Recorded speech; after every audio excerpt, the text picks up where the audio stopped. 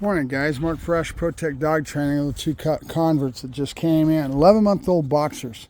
Now this is an interesting case because it's going to have to be a lot of education, a lot of teaching, a lot of customization in how we manage and deal with two females, no less, litter mates, okay? It's usually frowned on to get two litter mates, and the reason is that they end up getting very attached to each other and they really don't care about us because they rely on each other, which gives you a lot less of a ability to have them want to be with you and you to be the pack leader and all that, so in a general sense. And then with this case we have Willow, that's Willow, the little fawn and white colored one, and Blossom, and Blossom's the all white one, and they're both females. So now we have another aspect of it, not just the fact that there's two litter mates, but also that they're two females. And usually we don't suggest something like this at all, because the two females, as they get older, are going to go through their hormonal changes and everything, and if they get into a fight, get into a scrap, females are catty. They do not forget it. It's one of the hardest things to do, to get two females to stop fighting.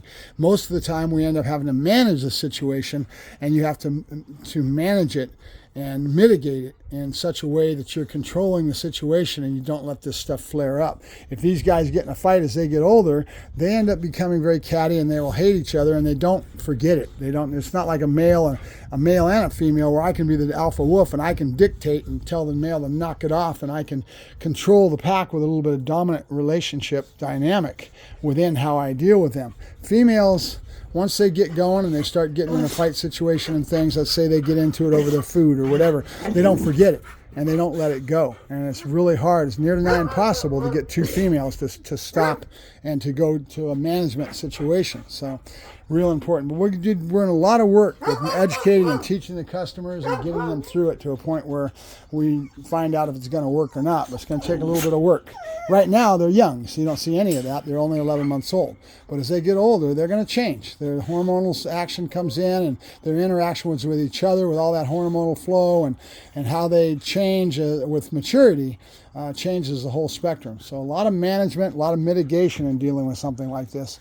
But we'll get into it as we go along and be doing all we can to educate the customers, right? A lot of times they'll find it to be easier if they just place one of the females, but it's not my decision to make. All I can do is give them as much information and education as I can, and allow them to use that to make decisions as we go along. So a little bit of work. This is their first day. And what I will do with them is, right now they're in together because I need to manage my environment right now, but I will pull these guys apart and they will be here separately. I'll put one up by the house and put them in a kennel separate from the other dog, so they're no longer together. And then they will be worked individually and separate the two of them, and then that'll give them some more strength and everything and teach them to be by themselves versus always relying on each other, right?